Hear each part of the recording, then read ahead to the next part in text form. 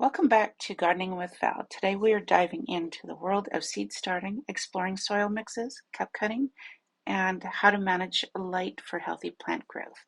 I used Miracle Grow seed starting mix because number one, it's what I had on hand, and number two, it is well draining, and number three, it is lightweight, which helps the root growth for new little seedlings. Later in this video, I've also used my original seed starting mix, which is the vermiculite, coconut coir, perlite, and worm castings. Now let's talk about cup cutting techniques. I have with me a solo cup as well as a utility knife, and I'm cutting the sides of the base, just like this.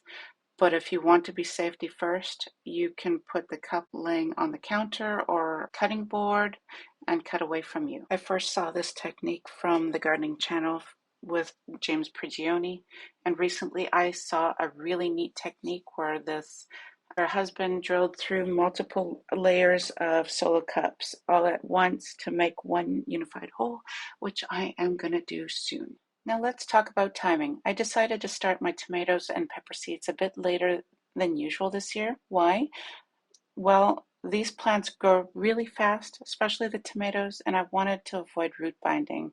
By starting them later, I gave them plenty of room to grow without becoming root bound in their containers. In these unplanted cells, I used the seed starting mix that I showed you in a previous video. I'll share the link to the video somewhere on the screen or in the description below. Right now, I'm planting marigolds into these solo cups.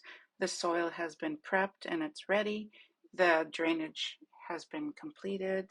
I've cut the holes in a prior part of this video, and the soil is now ready to accept seeds.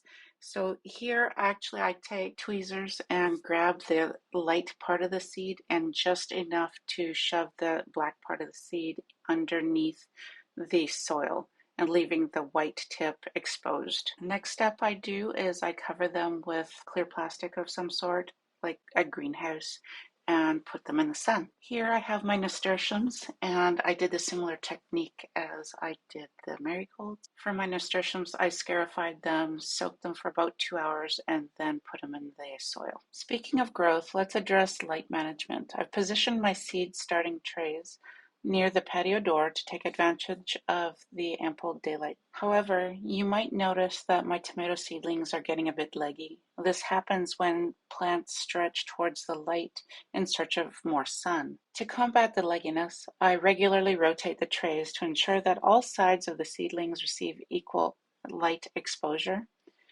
And there you have it, our journey through optimizing seed starting, my processes.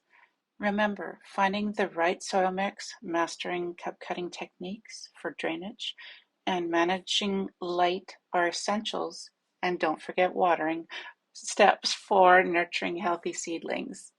Thanks for joining me today. Don't forget to like, comment, and subscribe for more gardening tips and tricks. And as always, happy gardening, everyone. Bye.